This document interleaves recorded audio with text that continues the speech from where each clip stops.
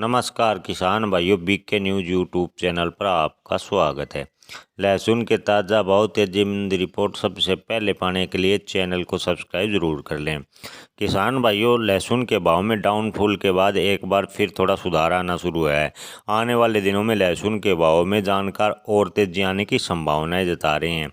लहसुन के भाव में इन 2 दिनों में 600 से 700 रुपये प्रति क्विंटल की तेजी दर्ज की गई है। आइए जानते हैं आज के ताज़ा भाव। शामगढ़ मंडी में देसी लहसुन बॉक्स क्वालिटी के भाव रहे 11,000 से 14,800 रुपये प्रति क्विंटल। मंदसौर मंडी में लहसुन बिका 6,000 से 14,300 रुपये प्रति क्विंटल। नीमच मंडी में लहसुन के भाव रहे 6500 से 14,000 रुपये प्रति क्विंटल। बात करें पिपलिया की तो देसी लहसुन के भाव रहे 5,000 से 13,400 रुपये प्रति क्विंटल। नासिक मंडी में लहसुन के भाव रहे 6,000 से 14,000 रुपये प्रति क्विंटल। बात करें प्रयागराज में राजस्थान के लहसुन की तो भाव रहे 5,000 से 13,000 रुपये प्रति क्विंटल। उज्जैन मंडी में लहसुन के भाव रहे 6,000 से 13,400 रुपये प्रति क्विंटल।